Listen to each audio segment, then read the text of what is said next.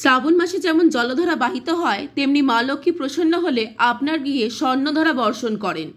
আজ থেকে মহালক্ষ্মীর অষ্টকম স্তোত্রটি পাঠ কিংবা শ্রবণ করুন। এই স্তোত্রে তার গুণাবলী লেখা রয়েছে, যা পাঠে রাজ্য প্রাপ্তি হয়, ধন সম্পত্তি শত্রু নাশ হয়, পাপ ক্ষয় হয়, দুর্ভাগ্য দূর হয়, যশ ঐশ্বর্য বৃদ্ধি হয়। লক্ষ্মীর অষ্টকম স্তোত্রটি স্বয়ং দেবরাজ ইন্দ্র রচনা করেছিলেন।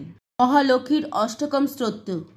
নমস্তে মহামায়ে শ্রীপীঠে সুরপূজ্জিতে শঙ্খচক্র গদা হস্তে মহালক্ষ্মী নমস্তুতে। নমস্তে গুরারূঢ়ে কৌলাসুর ভয়ঙ্করী সর্বপাপ হর দেবী মহালক্ষ্মী নমস্তুতে। সর্বজ্ঞে সর্ববরদে সর্বদুষ্ট ভয়ঙ্করী সর্বদুঃখ হর দেবী মহালক্ষ্মী নমস্তুতে। সিদ্ধি বুদ্ধি প্রদে দেবী ভক্তি মুক্তি প্রদায়িনী মন্ত্রপুতে সদা দেবী মহালক্ষ্মী নমস্তুতে।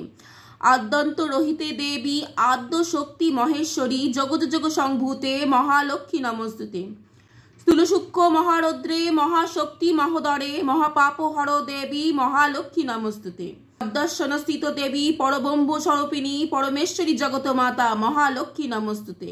তাম্বর ধর দেবী নানালঙ্কর ভূষিতে জগত স্থিতে জগত মাতা মহালক্ষ্মী নমস্তুতে। মহালক্ষ্মীষ্টকম স্তোত্র ইয়া পাঠে ভক্তি মারো নর সর্বসিদ্ধি প্রাপন্নতি রাজ্য প্রাপন্নতি সর্বদা। এককালে পাঠে নিত্যং মহাপাপ বিনাশনম দ্বিকালং ইয়ে পাঠে নিত্যং ধন ধান্য সমন্বিতা ত্রিকালং ইয়ে পাঠে নিত্যং মহাশত্রু বিনাশনং মহালক্ষ্মী ভবেন নিত্যং প্রসন্নং বরদা শুভা। যে ব্যক্তির ওপর লক্ষ্মীর আশীর্বাদ থাকে তাকে জীবনে কখনো কোনো সমস্যায় পড়তে হয় না। অবশ্যই চ্যানেলটিকে সাবস্ক্রাইব করবেন। জয় মা লক্ষ্মী।